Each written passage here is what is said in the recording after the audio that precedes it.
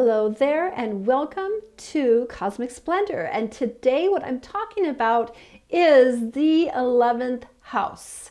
So I like to think of the astrology wheel is like sets of a movie or a play. And really it's the journey of the soul. As the journey of the soul comes and it initiates the wisdom across the wheel, brings you back to the one. And I'm using the oneness to the starting point because that's where our souls originally were and are, is in the cosmic oneness.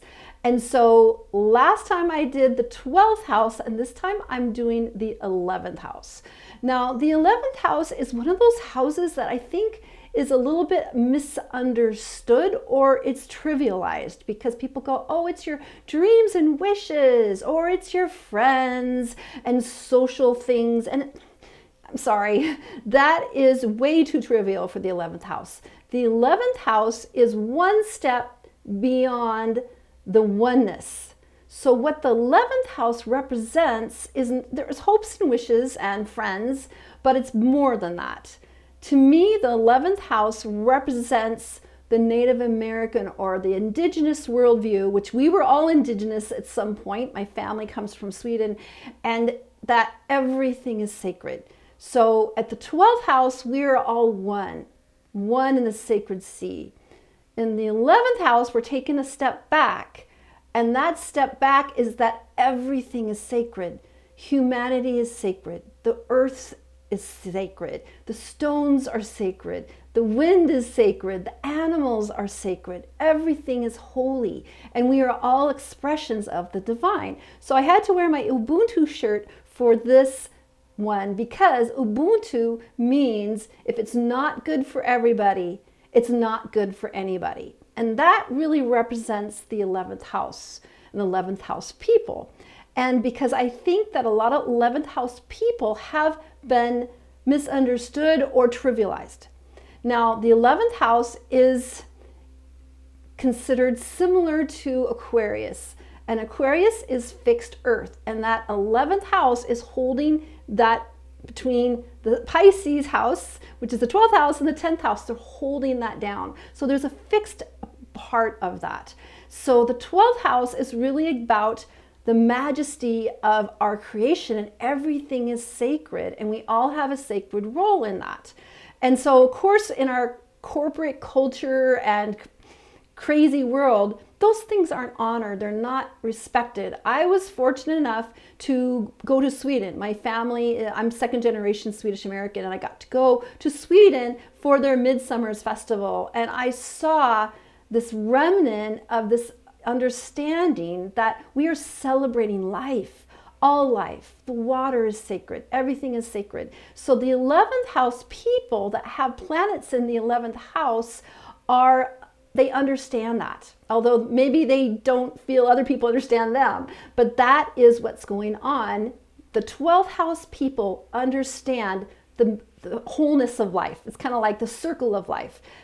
And with that Aquarian underpinning, we also have what's coming up. We call the Aquarian age. The Aquarian age is when we're already there, and it kind of reminds me of Star Trek. So it's kind of an interesting juxtaposition between having everything sacred in an indigenous viewpoint and also coming together as humanity to work out our problems so we can go and travel with our sky brothers and sisters. So this is a big house, and it's not just about wishes and dreams.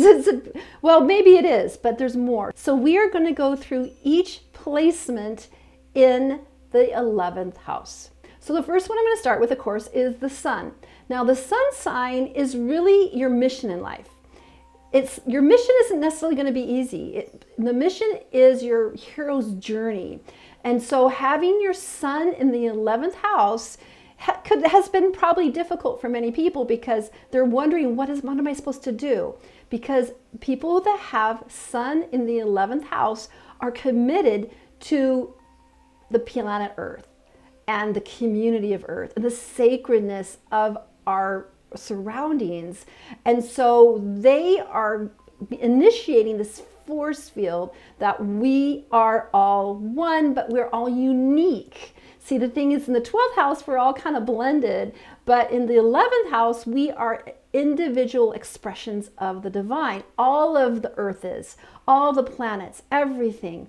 And so they have a drive to take care of the world. Right now, a lot of the 11th house people are probably feeling angsty because they're ready to see changes, and they're ready to make changes to make our earth more habitable for everybody. Because remember, if it's not good for everybody, it's not good for anybody. And so that is the mantra of the 11th house. And so the people that have sun there are passionate and guided to make changes on the earth so everybody can succeed. That's their passion. All right, so I'm going to go into the moon sign. Now, the moon sign is different than the sun sign, because the sun sign we have to kind of work towards. The moon sign is reflective. It comes easy to us. So we don't have to try. It just comes to us. So people that have moon in the 11th house probably really like being in nature, and they might be very concerned with helping others and giving others, like taking care of animals, plants, trees, people that are down on their luck. It just comes naturally to them. So they definitely want to just assume that they understand these things, and they want to work to remedying them and creating them, because we have a lot of mess to clean up right now, but we're going to come to that place where we're going to see the sacredness of all things. And so the 11th house people, the other thing about the moon is that it is how you nurture yourself. It's how you come. So I think a lot of 11th house people love being in nature because they can sense the holy spiritual qualities of what's all around them.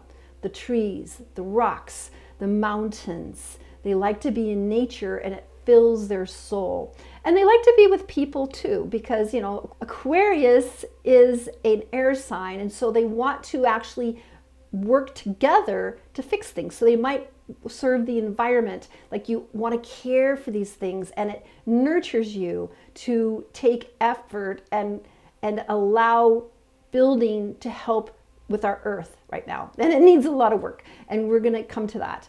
So the people that have the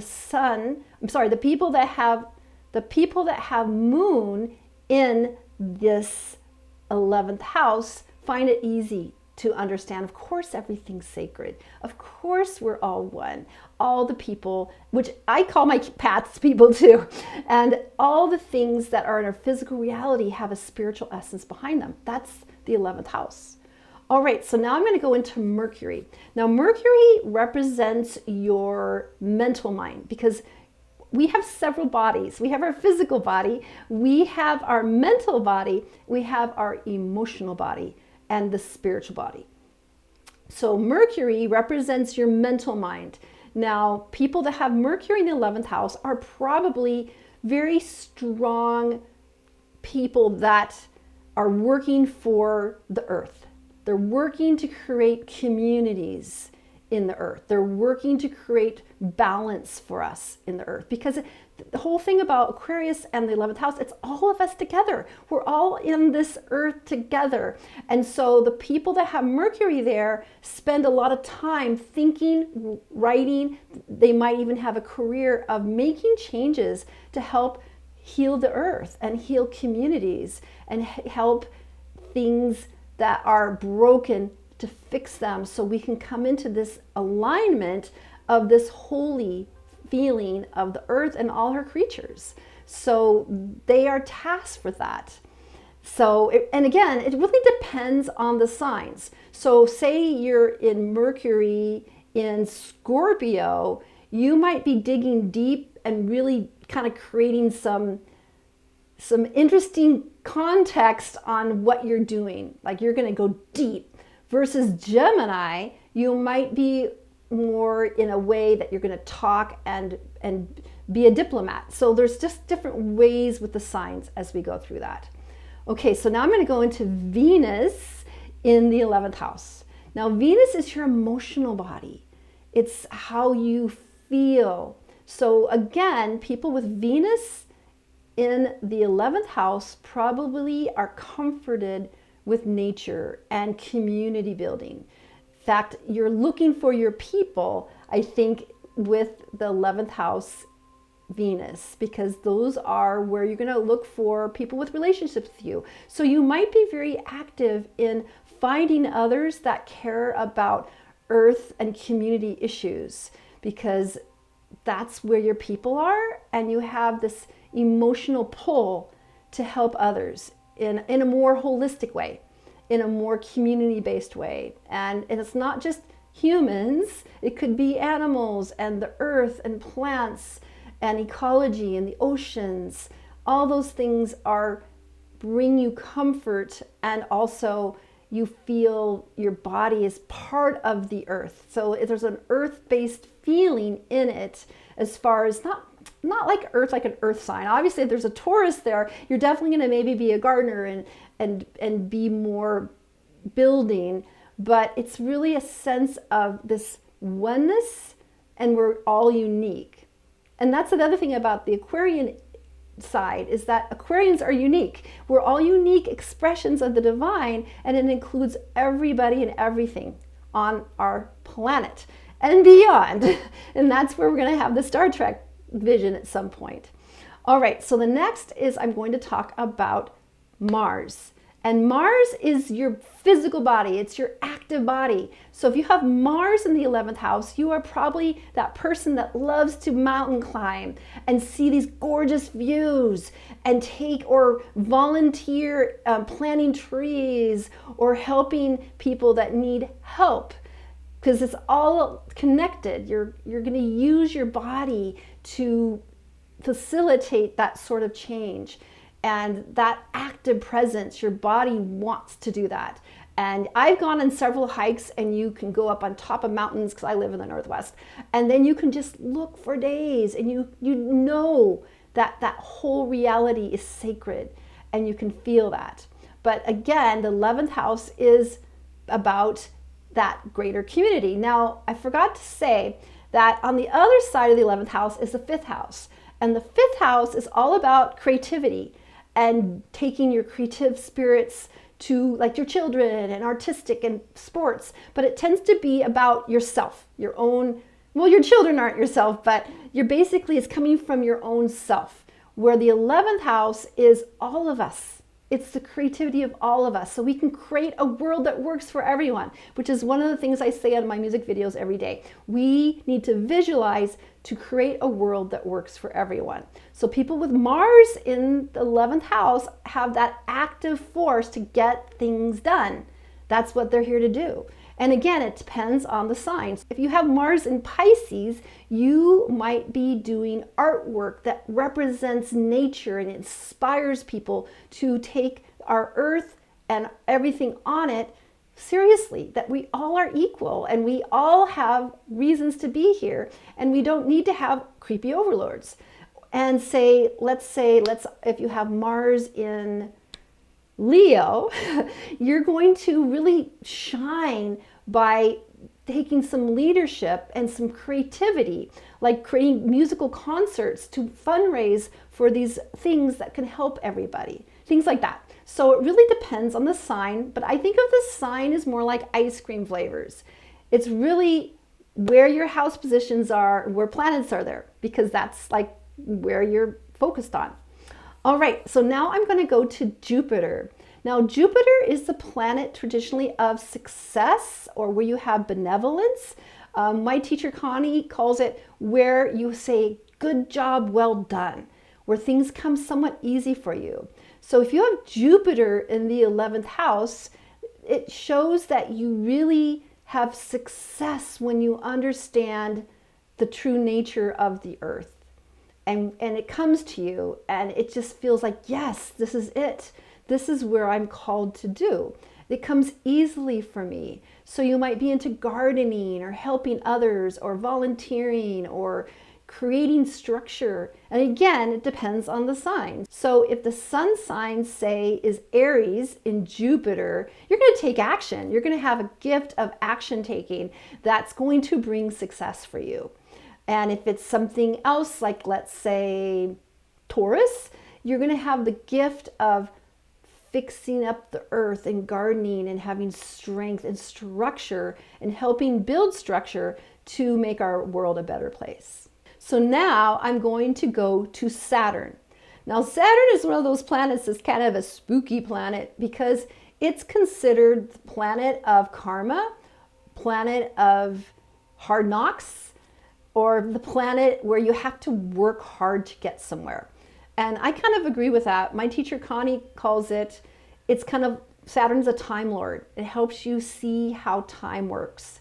Because really, there is no time, really. But we are living in a time-based world. So if you have Saturn in the 11th house, it tells me that you feel maybe as a younger person that you didn't have opportunity to experience this oneness. Maybe you lived in a city, but you had to build that. So there's where Saturn is where you want something, or maybe you're drawn to something, but you feel like you really can't have it and you have to work hard to get it. So with Saturn in the 11th house, there's a sense of, I need to do this. I don't know how, but I know I need to do it.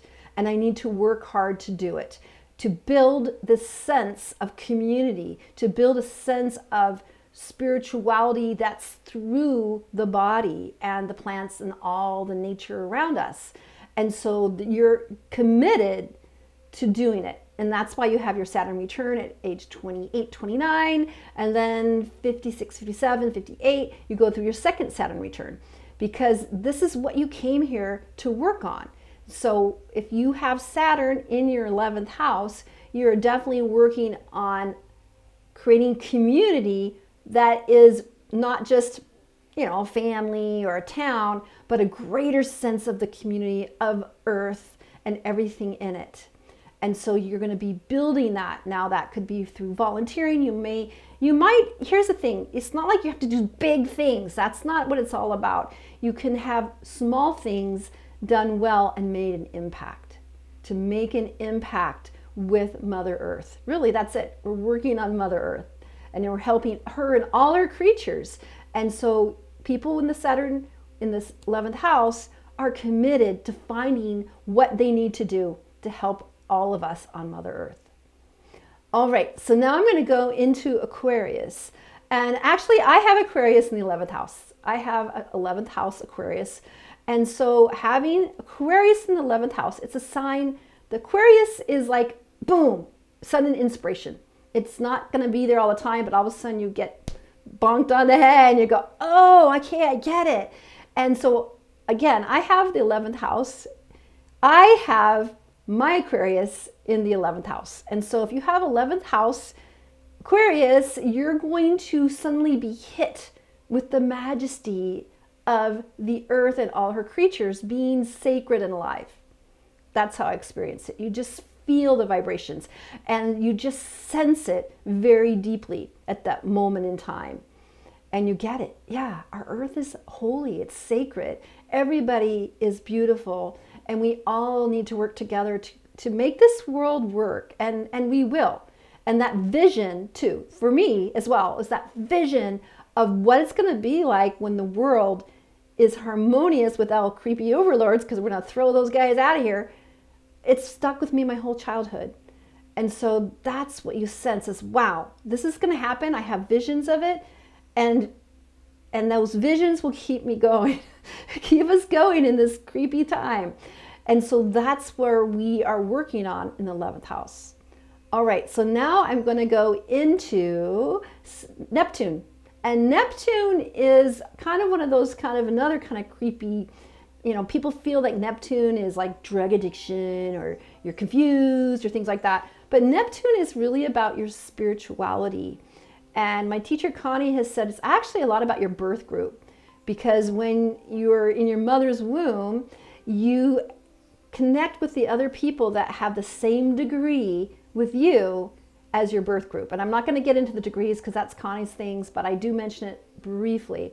But with Neptune, it's where you sense your spirituality. So people that have Neptune in the 11th house completely understand that the earth is holy. They're like the holy men that say, or the holy women that understand everything is sacred. It's that sacred understanding, but they live with that. They feel it in their bones, and you understand it. And again, I think with the 11th house, a lot of people want to be in nature. They want to understand and live amongst, or at least have time to be around the plants and the trees and the mountains and the water and the rivers, because they're all alive. They're all there. And so people that have Neptune in the 11th house really need to feed their inner soul with communing with nature and just being with nature and understanding you are here amongst all these beings. In fact, a lot of cultures think of the stone beings and the standing beings and the animal beings. Everything is of nature, is of spirit. There's spirit throughout of it. And that's what is lacking in our world, because once we understand we're all spirit, we can build a world that works for everybody, right? Right. Okay, so now I'm going to talk about Pluto. And Pluto is a planet of transformation. And my teacher Connie says that it's something that when you are going through a tough time, it's how you rebirth yourself and how and where. So if you have Pluto in the 12th house, need I say it again, you need to go to nature to dig in and commune. It's kind of like, a lot of the indigenous cultures, people would go on trips by themselves in the mountains, and they were told not to come back until they had a vision or an inspiration. And so that's kind of what like the Pluto is. You have to go through the dark night in the soul, and then you're going to come up and be understanding, okay, I got the vision. And the vision of the unity of spirit running through all things. That's what it is. There's a vibration. Everything's vibration and movement and resonance, and everything is that. And so feeling that death and rebirth in that 11th house is going to transform you into something that you'll understand things a bit more. Like you just need to go camping for a weekend and get away. So that's really, or go to a festival. See, another thing, you could be in silence in nature, but also you're at these major festivals that are outside and everybody's celebrating. They were celebrating before all this happened, but we're going to get there again. And that's the thing. We need to visualize that. We need to understand our power of visualization. It's not airy-fairy stuff. It's how everything is worked out in the beginning. So we need to keep that in mind, because our minds are being fed other things. And so again, if you have Pluto in the 11th house, you might be struggling right now because community has been wearing thin. It's been wearing thin for everybody who has planets in the 11th house.